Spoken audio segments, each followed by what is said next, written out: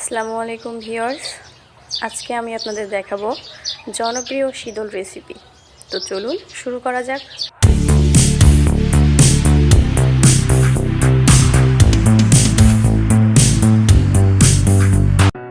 শীতল রান্না করতে আমার লাগবে কাঁচা শীতল, লাগবে কিছু মাছ। এখানে আমি সিলভার কাপ মাছ নিয়েছি, কিছু পেঁয়াজ, রসুন এবং শুকনো মরিচ লাগবে শুকনো জিরা।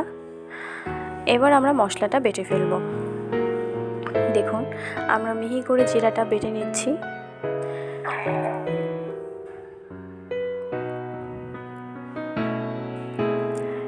এবার আমি জিরার ভিতরেই শুকনো মরিচ দিয়ে দিয়েছি এবং এই শুকনো মরিচ বাটার সাথে সাথে এখানে দিয়ে দিব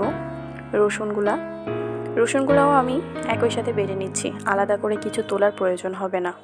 রসুনগুলো বাটা হয়ে গেলে আমি পেঁয়াজগুলো কুচি করে নিব। পেঁয়াজগুলো আমি বেটে নিব না। সব কিছু বেশি মিহি করে বাটার কোনো প্রয়োজন হবে না। এখন আমরা শীতলটাকে প্রসেসিং করব। এটা আমাদের কাঁচা শীতল, এজন্য এটা আমরা ফ্রিজ থেকে বের করে নিয়ে পানিটা ঝরাইলাম। তারপর এটাকে এভাবে হাত দিয়ে চটকে নিলাম। এবার দেখুন, আমরা চুলার উপরে একটা কড়াই বসিয়ে দিয়ে তার ভিতরে গরম তেলে ছেড়ে দিয়েছি পেঁয়াজগুলো ভালোভাবে বাদামি কালার চলে আসলে আমরা এর ভিতরে দিয়ে দিব বাকি সমস্ত মশলাগুলো আমরা এখানে দিয়ে দিব। তারপর এটাকে সুন্দর মতো ভেজে নিব।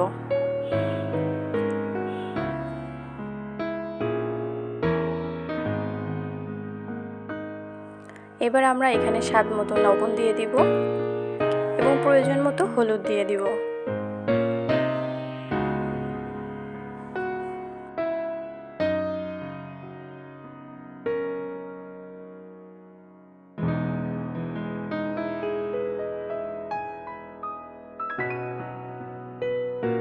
মশলাগুলো ভালোভাবে কষিয়ে নেওয়ার পরে আমরা এর ভিতরে দিয়ে দিব মাছ।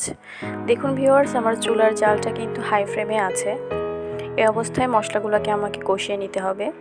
মশলাগুলো কষানো শেষ। এখন আমি এর ভিতরে দিয়ে দিলাম আমি যে মাছগুলো নিয়েছিলাম সেই মাছগুলো। এবার মাছগুলো দিয়ে আমি ভালোভাবে নেড়ে মাছটা ভালো মতো কষিয়ে নিয়ে উঠিয়ে নিব।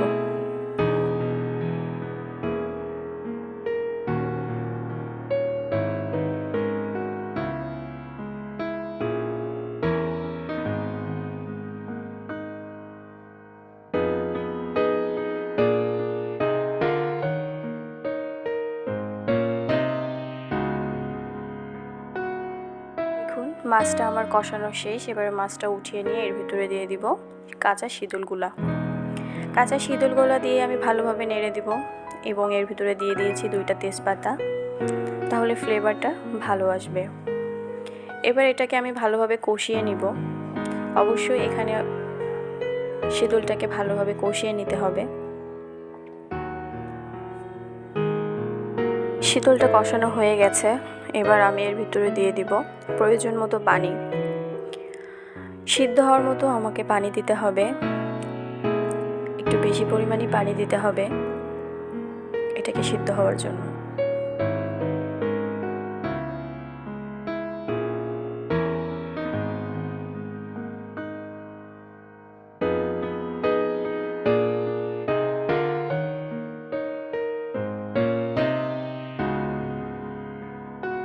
চুলার আঁচটা হাই ফ্লেমে করে এবার আমি এটাকে একটা ঢাকনার সাহায্যে ঢেকে দিলাম।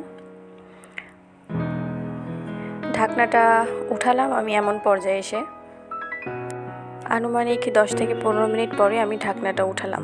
এবার দেখলাম আমার শীতলের এরকম অবস্থা।